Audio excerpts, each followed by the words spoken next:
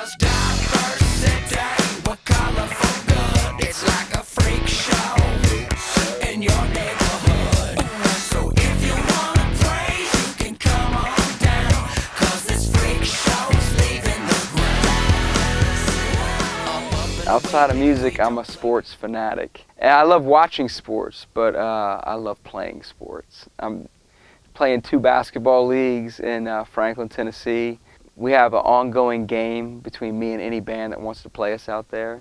Me and Diverse City against, let me clarify, me and Diverse City against any band that wants to play us. If it was just me, we'd be in trouble. I just love basketball, love wakeboarding, love golf, any sport. We play football. So, you know, the Diverse City band is sort of like this built-in 3-on-3 basketball or built-in 4-on-4 football, whatever it needs to be. I mean, if you open the bays of our bus, you will see flags for football, basketball, any kind of sport, we are on it. Up and away, baby, we don't play. Maybe you thought you was done for the day. He said, she said, I said this, that you can't get away from the moment of bliss. I mean, Diverse City, you know, is a godsend. I mean, I don't know how else to put it. You know, each member I met in a really crazy way. Honestly, most of it wasn't just like open auditions. It was like different scenarios, but one is like Nerva. I had a singer part ways from me that did one concert with me, my first concert, and she's a sweetheart, but it just didn't work out. Anyway, I'm desperately asking everyone, do they know a singer that could come out with me and do all the things that my show demands, meaning sing rock and roll, sing R&B, sing hip hop, and support me, you know, be a front person, not just a background person, but almost a background singer. And literally, I'm not exaggerating, Nerva was in my seat on an airplane. Like, I went down and I'm like 15B and she's sitting there. And I had to ask her to move, but later I met her on the flight through some other guys in a band that I knew on that flight. Next thing you know, she's out on the road with me for the last 10 years. So, I mean, there were all kinds of crazy ways. Brian Haley, someone told me about him. I asked him to come in and play for me in the studio, just on a track. And I thought he had another gig, and I just said, man, would you consider being in my band? Toddy Funk, the first time I met Toddy Funk, he tried to sell me a cell phone in the mall. That's honest, that's the truth. I mean, so, you know, you never know. Gabriel has been with me from the beginning. I mean, like, he was 10 years old, out with DC Talk, dancing. We did one summer with 2 little, like, hip-hop dancers, young kids, 9 and 10-year-olds. And then he worked the front desk at Goatee for the next 5 years through high school. And then I walked in one day and said, yo, I need a dancer, hype man, side man, rapper, singer, all the above, and he signed up. So, I mean, you know, there's a long history of, you know, with Diverse City, and I've been blessed that they would walk with me this long and this far, because, you know, it's not like they're just guys I pay. I mean, they're my family. Well, I'm wondering about the road ahead of me, wondering about the things you said to me, wondering if these dreams will ever do. Well, I went to Camp Electric one year to play, you know, as one of the bands that's playing, and I just immediately fell in love with it. I mean, it sort of encapsulated everything that I've always been about. I've always been using our music, using our gifts to glorify God, to point people toward the hope that He offers us. And I've always been about youth culture, and I've always been about trying to support this thing called Christian music. Whether it's gospel, Christian, or Christians going into the mainstream, I'm in support of that. Christians in the arts, moving the kingdom forward. So to me, it was an automatic fit. And then I started realizing as I spoke that night, and sometimes I play a lot of music and sometimes I just stop and break it down for them. Because I realized, you know, I was them. I was sitting in that seat looking at Nashville, looking at record labels, trying to decide what I could do with my gift. So after being a band, playing Camp Electric, one of the guys, I really went to the guys that founded it and I said, I want to support this. I want to be a part of this. I want to be a part of what you have, this thing you've conceived. You know, whether it's use my platform, use my talent, use my experience, the wisdom that God's given me through all my trials and errors, use it up and use it to serve the people that sign up for Camp Electric.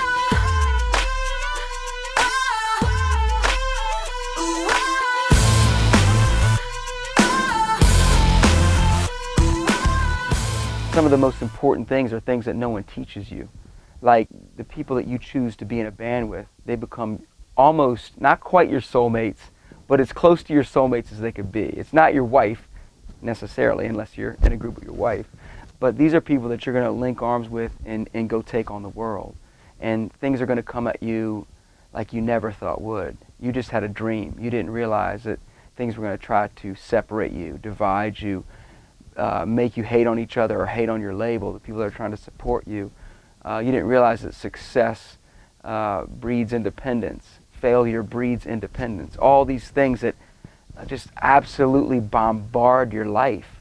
I mean, they had no idea, you know. So to me, it's my job to let them know what's up. I mean, there's so many things that absolutely bombard the lives of these guys that are all of a sudden find themselves on the road playing all these shows.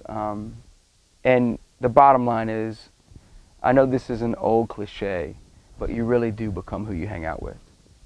So one of the things when I get up there in front of the Camp Electric students is I'm like, you know, choose your bandmates really wisely. Choose people where you have a kindred heart, kindred spirit, people that believe the way you do, that have the same standards as you, morals, ethics, because it will come between you. We didn't know what to do, but you were looking at me and I was looking at you, and we were thinking it odd, but we were thanking our God for the hope that he put down deep in our hearts. And you know, the first time I saw Camp Electric and I was, you know, walked through the doors and looked around me, I honestly, I wouldn't ask to be part of something unless I thought it was going to blow up. I mean, I just thought, this is a no-brainer. This is brilliant. This is something that I can help to give it more notoriety. I just think, I didn't know it would happen maybe as fast as it did, but I will say that I had a sneaking suspicion that it would blow up. That Camp Electric was what people needed, and it meets these musicians that are hungry for fellowship with other musicians, these songwriters that are in these small towns that are hungry to fellowship and collaborate with other songwriters. I knew it was meeting them right where they needed to be met. Therefore, Camp Electric is doing its thing.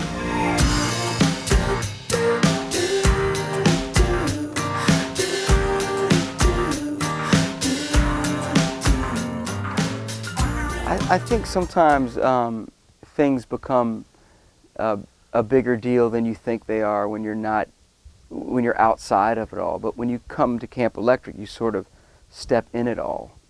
And you know, these bands that are signing record deals, I mean, Camp Electric has had several people signed out of Camp Electric. Some bands were signed because people saw them at Camp Electric.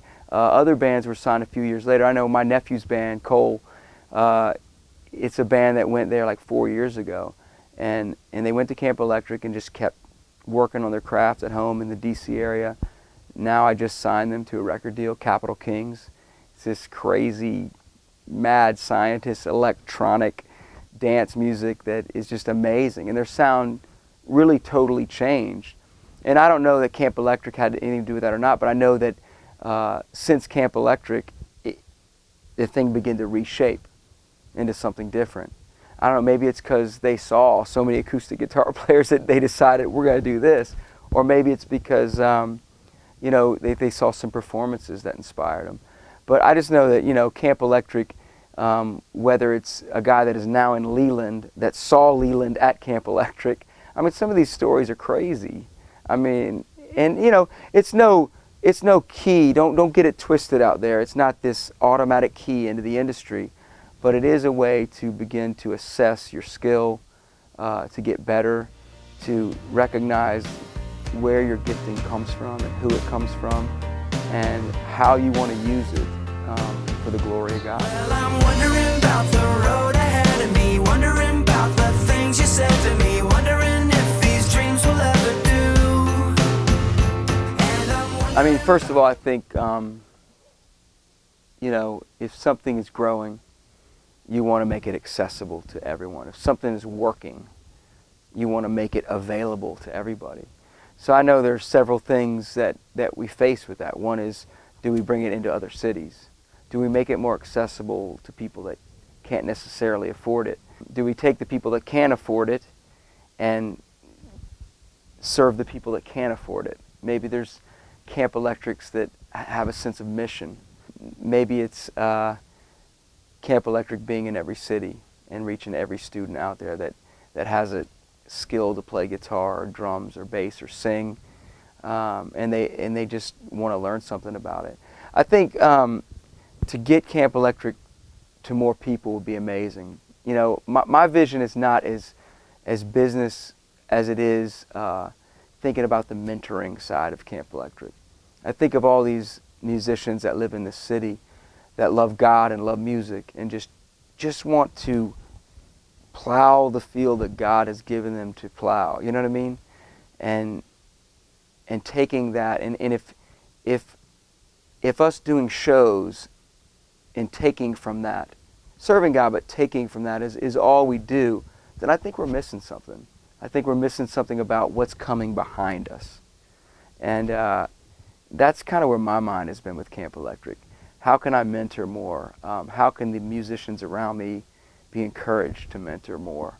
And start thinking about what's coming up behind us and how music is used to serve God's kingdom.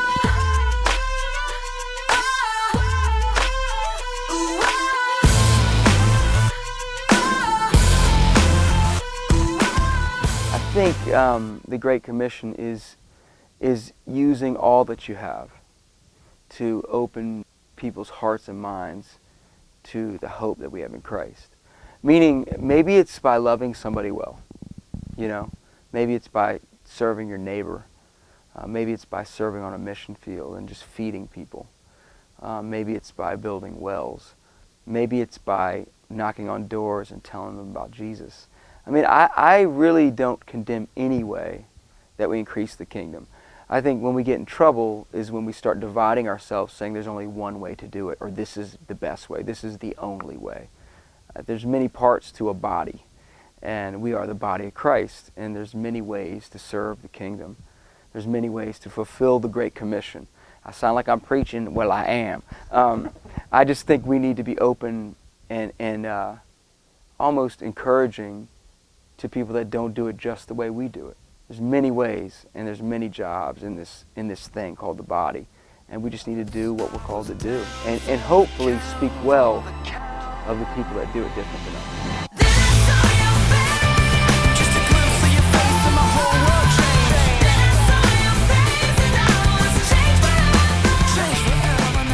As far as mentoring, I have a couple guys that I lean on more for accountability than mentoring. I'm thankful. They're my best friends. I'm in business with them. I'm in ministry with them. And a lot of people would say, man, that's a lot of conflicts of interest. But really, if you're willing to be accountable and you're willing to live in the light, it's not. I think you should have everybody should have somebody or more than one person that walks with you that is able to call you on things. And I know that's a really easy thing to say. Like, oh, yo, hold me accountable, dog. But it's different when every decision you make, you ask them. That to me is accountability. It's not the general hold me accountable. Because when you do that, very few people feel the license to step in. Because it's uncomfortable. And they feel like they're trespassing a bit, even though you've said it. The way I think it works is you're asking for it constantly. This is my decision. I have a tour upcoming. This is who wants to sponsor the tour. This is how much money they're giving. This is how much we're going to make on the night. This is what goes to ministry. This is what... Am I doing the right thing here? This is how many minutes the opening act is supposed to have, and this is what we're paying them. Am I doing the right thing here? This is how much the church wants to pay us, and this is how much they can pay us. Am I doing the right thing here? That is accountability, where every step along the way you're asking someone to speak into it. So to me, that's what it's all about. So my two guys, Dan Pitts and Joey Elwood, are the two guys that I truly walk with, and that walk with me and hold me accountable. If I could reach the stars, I could touch the sky, and if I spread my wings, I could almost fly. paper goodbye. I was lost in my disguise. And if I play my Well, first of all, I'm pouring my life into my kids. I have 5 of them, so I got my own army. But beyond that, I mean, with my music, I think mentoring students is where I've always been. I've always said I make music for youth culture, and I always have. I'll probably die doing a stage dive one day. You know what I mean? That's probably that's the way I would want to go out. I don't want to go out, you know, lying in some hospital bed somewhere. I'd rather fall out by serving youth culture with my music and doing something absolutely rock and roll in the name of the kingdom. You know what I mean? That's where I want to do. So I think for me, students have always been what I'm about. I mean, definitely families, and giving a family something that they can rock together to. But students is where I've always been, from DC Talk to today. So, you know, I focus my music. It's the kind of music I love. I'm not faking it. It's what I love. I turn on the radio. I want pop music. I want hip hop, rock and roll, dance music. It's what is me. So it's what I do, and I guess it's what I'll always do.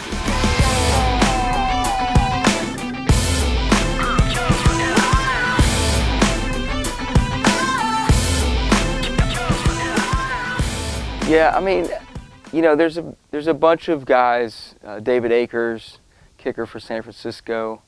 Some guys on the PGA Tour. Hasselbeck, we're supposed to play golf in a couple weeks here. Brett Kern is a really good friend of mine who punts for the Titans, but probably the man that most people know would be Big Ben. And you know, we're just friends. I mean, but we became friends because he heard one of my songs. I think he was feeling what it was saying, and it sort of moved him. But I mean, to be contacted by Ben's manager and say, Ben would like to reach out to you, can I have your email? And I'm like, yeah. So then we started talking and hanging out, and talking a bunch of smack on each other is really what it comes down to. Dude is a competitor, but you know, music goes places you never imagined it would. I mean, who would know that Big Ben would be affected by hearing some of my songs? I would have never known that. It's nothing that I would have ever written a song for. So music many times goes much further than you think it will. But Ben's a good dude, man. We need to get him down to Camp Electric sometimes. Hit you in the head with a football, man.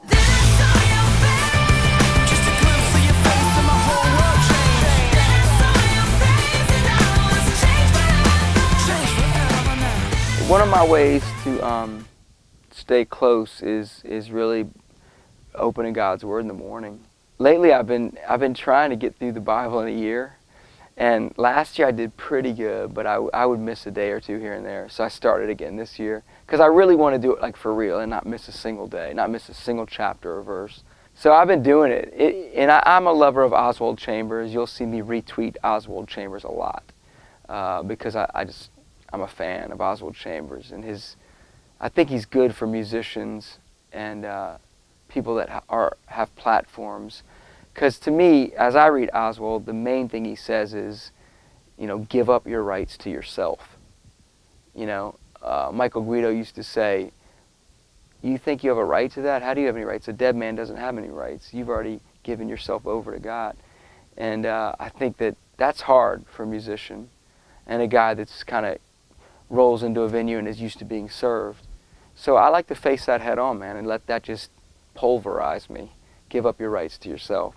But opening God's Word in the morning, I think is crucial. I mean, I'm an evening guy, I'm a night guy, but I think when I wake up to get on that in the morning, it sets the tone of my day. If I could reach the stars, I could touch the sky, and if I spread my wings, I could almost fly. I had everything, paper goodbye. I was lost in my disguise. And if I played The first thing we need to realize is it's not about us, you know? I know you probably heard this before, but how many times does God take something you really feel like you messed up on and do something more powerful than when you felt like you were in perfect voice or you wrote a great song? Maybe you failed to write a song one day, but somebody that was sitting there writing with you turned their life around or was blessed by something. I think we tend to forget. I mean, I forget this every day. I have to remind myself that God uses us in our weakness, not in our strength. And I mean, everything about us says the opposite. Everything about us says, I'm ready for today. I'm ready. Let's do this. You know, I love this old saying, prepare like there were no Holy Spirit, and then preach like you hadn't prepared.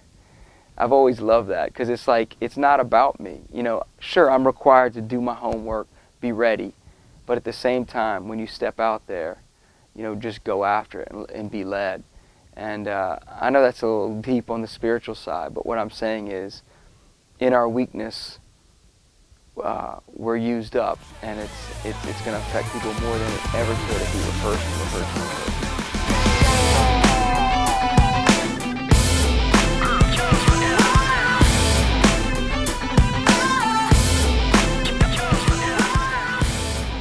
I think it's, you know, it's almost impossible not to compare yourself to other people, whether it's how good you play basketball, you know, how good your painting is, what kind of mother you are, what kind of father you are, what kind of artist you are, what kind of singer you are, what kind of player you are. I think you're always going to be comparing, but I think the most important thing is that you realize that that is your gifting.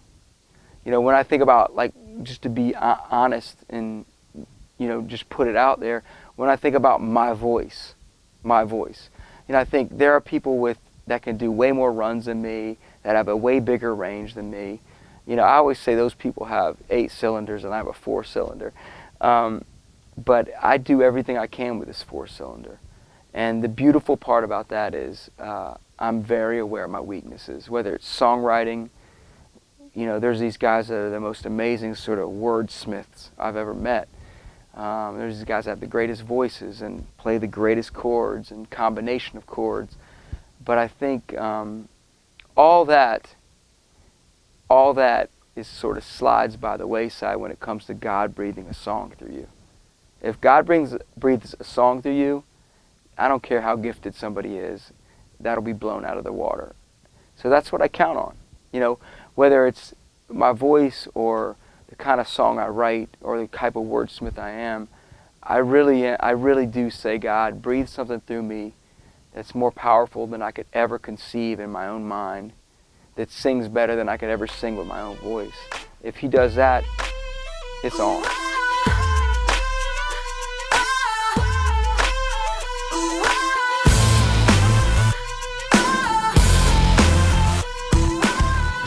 I mean, I've always, one of my commitments early in my career was, we're going to always take a show because we feel like it's right.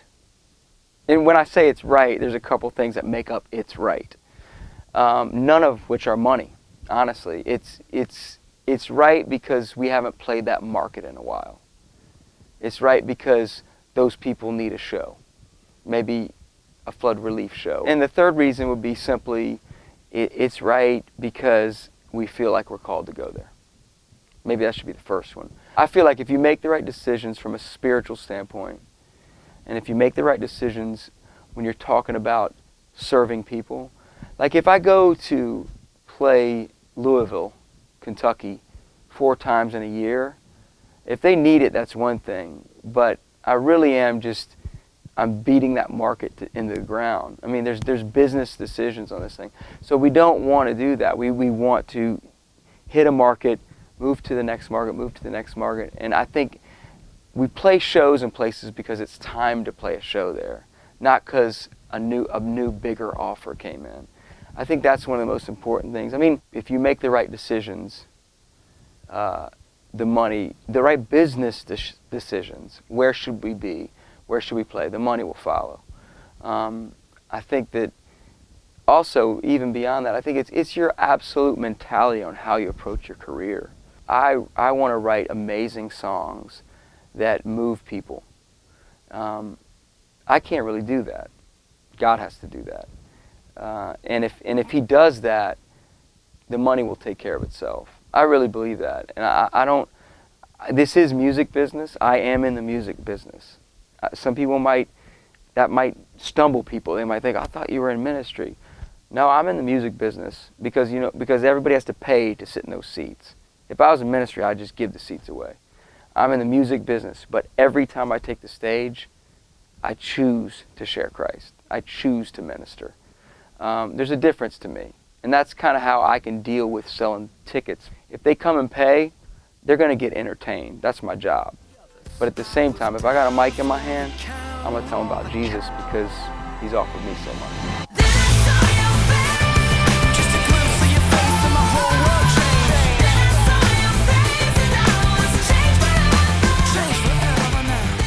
Oh man, it's kind of weird. It's weird because I feel almost embarrassed because this guy's like one of my good friends. But if I was on a deserted island and I could take one type of music, honestly, I probably would take Matt Carney.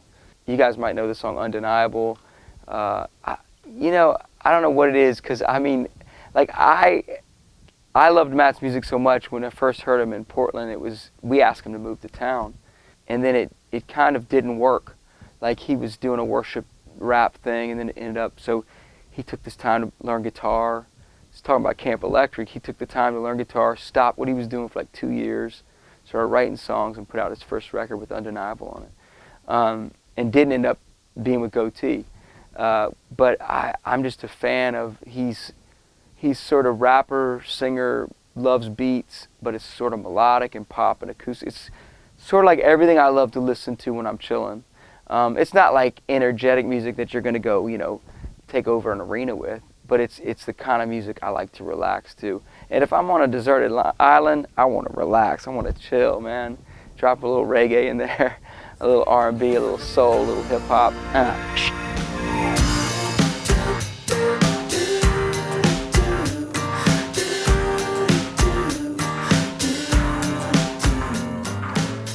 Well, to all my Camp Electric students out there, I would say I would ask you guys to drop a prayer for me on a creative level. I think that's what any musician needs. You don't need good business. You don't need what you need is songs that come from the heart of God. If you have songs, the rest will follow. Well, I'm wondering about the